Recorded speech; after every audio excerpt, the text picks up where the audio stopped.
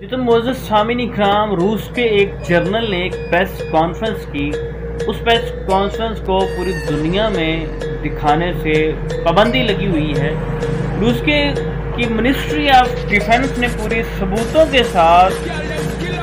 Conference में ये बात कही कि दुनिया में इससे पहले जो कोरोना जैसी वबा फैलाई गई थी और उसकी जो मेडिसिन है वो खुद ही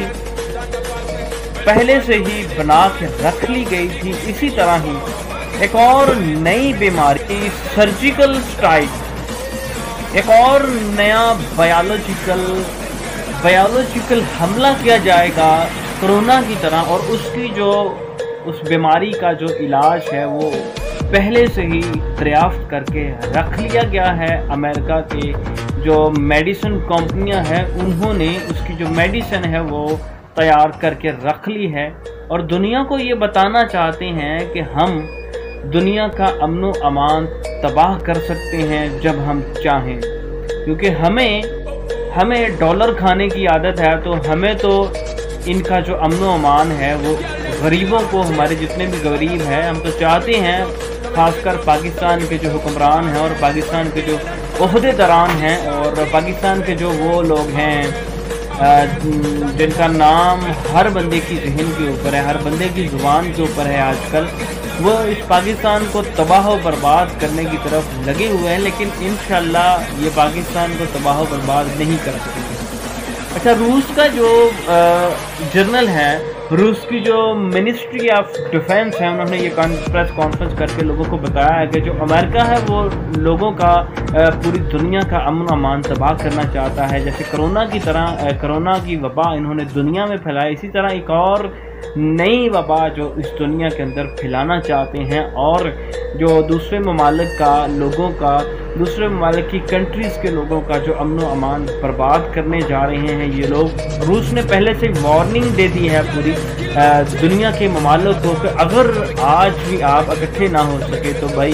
ये दुनिया का अमन व अमान तबाह करके ही रहेंगे। और मैं आपको एक चीज़ और बताता चलूँ, हमारे ज़राए के मुताबिक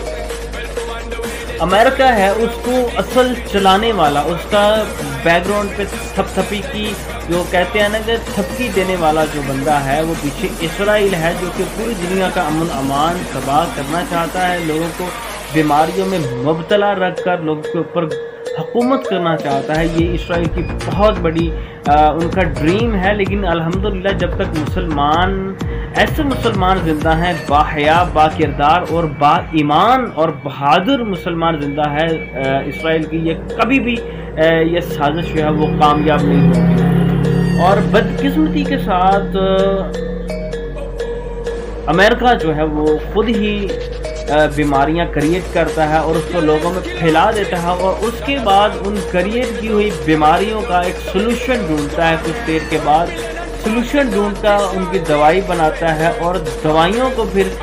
दूसरे मालों को सेल कर दिया जाता है और बताया जाता है कि हम आपके साथ शाना बिशाना खड़े हैं, हम आपकी हिफाजत करेंगे, हम आपको इसका जो इस बीमारी का सोल्यूशन है, इस बीमारी का जो हल है वो हमको आपको बताएंगे, हम आपके बिल्कुल साथ हैं। फलाना का बात सारी इसके बरक्स है, खुद ही ये बेईमान बीमारियां बनाते हैं और ख़ुद ही फिर उन बीमारियों की अदवायात बनाते हैं, फिर उन अदवायात को दूसरे मालों को सेल करके फिर मोटी रकम कमाते हैं। जहाँ कोई अक़वाम मुत्तहिदा का कोई बंदा, जहाँ पे कोई ऐसा बंदा जो कि इंसानी हकूक़ की बात करना चाहता हो, वो कभी भी इंसानी हकूक़ की बात नहीं करेगा, क्योंकि ये लोग काफिर हैं। काफिर, मैं तो इन्हें काफिर ही कहूँगा,